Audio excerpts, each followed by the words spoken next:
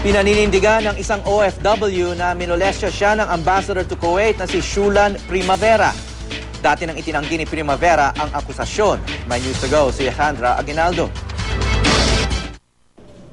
Hindi napigilan ni Mabel, di niya tunay na pangalan na maiyak habang ikinukwento ang 3 beses daw na pagmolestya sa kanya ni Philippine Ambassador to Kuwait Shulan Primavera nang manilbihan siya bilang kasambahay. Tapos yung kaliwa ko yung akong niya. Tapos hinalikan niya yun, tapos sinabihan niya maganda pala. Tapos binanggit pa niya ang pangalan ng Diyos.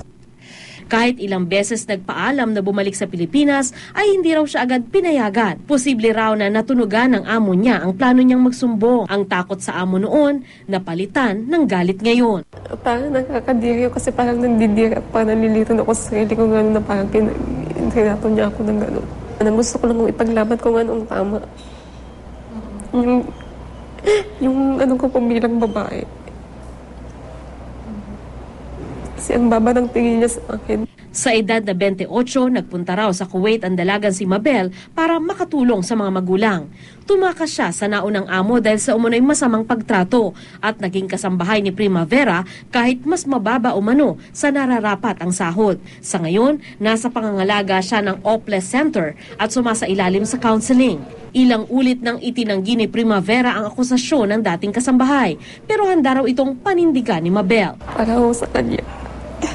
Sana lang po, tingilan niya yung pagsisundan sa mga tao.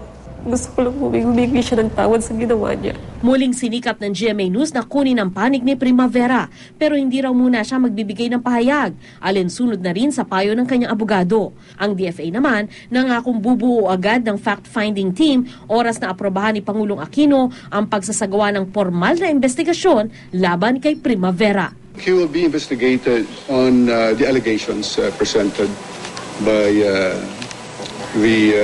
the accuser. Basically, it would be on the administrative aspect. Sandra Aguinaldo, GMA News.